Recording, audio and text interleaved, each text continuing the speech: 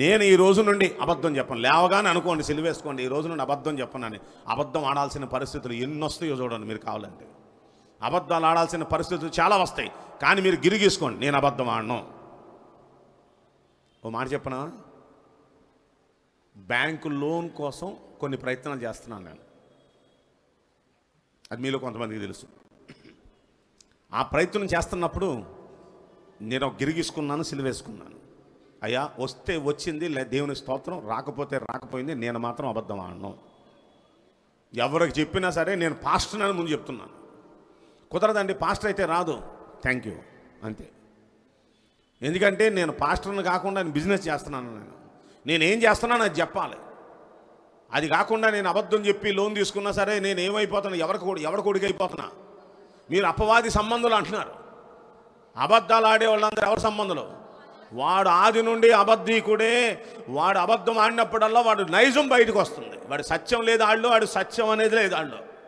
కానీ ఇప్పుడు మనందరం ఎవరి సంబంధం? కొంచెం డౌట్ వచ్చింది చూసారా? అంటే నేను అబద్ధాలు ఆడుతున్నాను, నేను దేవుని సంబంధాన్ని కాదనుకుంటా, అపవాది సంబంధాన్ని ఫిక్స్ అయిపోతారేంటి? కనీసం ఎన్నాళ్ళు ఉన్నా సరే ఇప్పుడైనా దేవుని సంబంధులుగా మారాలని లేదా?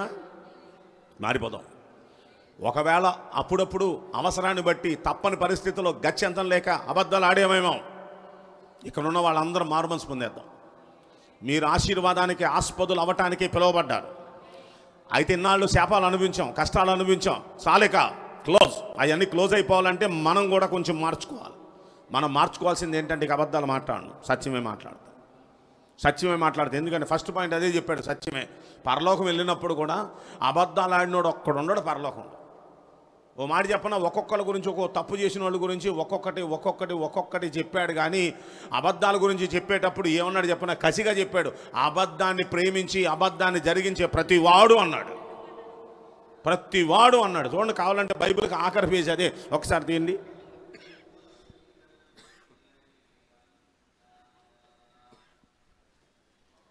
బైబిల్కి ఆఖరి పేజీలో పైనే మనకు కనిపిస్తుంది చూడండి, 15వ వచనం. కుక్కలన్నీ అనలా, మాంత్రికులందరూ అనలా, వ్యభిచారులు అందరూ అనలా. ఉందా మీ బైబిల్లో? ఉందా? వ్యభిచారులు తర్వాత నరహంతకులు అందరూ అనుందా? లేదు. ఇంకా విగ్రహారాధికులు అన్నాడు.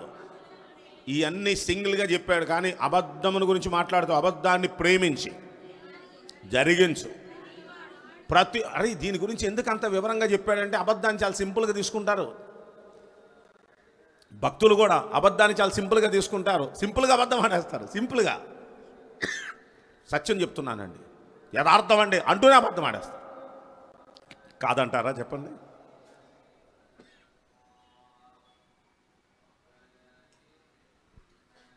ఇలాంటి పరిస్థితుల్లో అబద్ధాన్ని ఆపేద్దాం.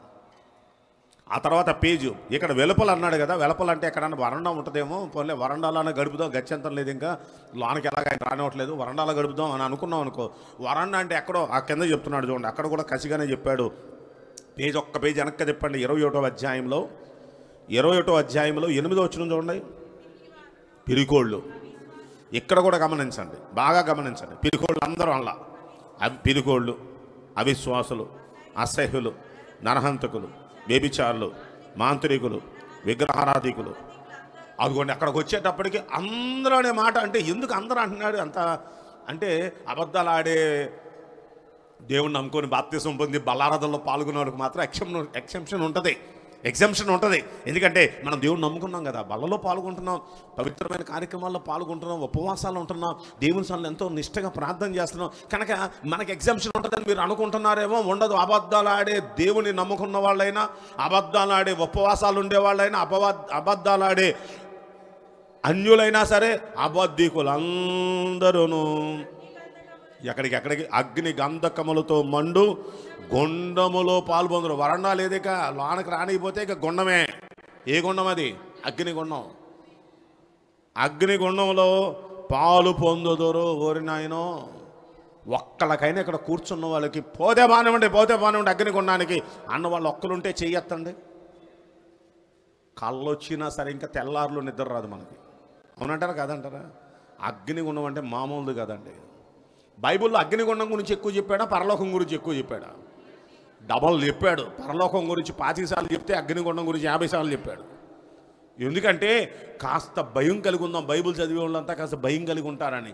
అంత చదివినా సరే భయం లేదు ఎవరికి రా అంటే, నేను నిజం చెప్పనా, అన్ని దేవుళ్ళను ఆరాధించే వాళ్ళు కొద్దో గొప్ప భయం కలిగి ఉన్నారు. వాళ్ళు అసలు భయం లేక బతికే వాళ్ళు ఎవరు అంటే, దేవుని నమ్ముకొని ప్రార్థన చేసే వాళ్ళకే భయం లేదంటాను. మీ అన్వేషణలో తేలింది ఏంటి? భక్తి మనం చేసినట్టు ఎవ్వడు చేయలేడు, కానీ భయం లేదు మనకి. కొంచెం భయపడదాం. ఎందుకంటే ఇంత భక్తి చేసి నరకానికి వెళ్తామా చెప్పండి?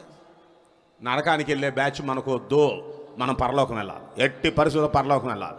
ఎట్టి పరిస్థితుల్లో, ఈ మాట అనండి, ఎట్టి పరిస్థితుల్లో పరలోకం వెళ్ళాలి. మళ్ళీ అనండి, వెళ్ళాలంటే అబద్ధాన్ని ఇవ్వాలి, ఆపేద్దాం.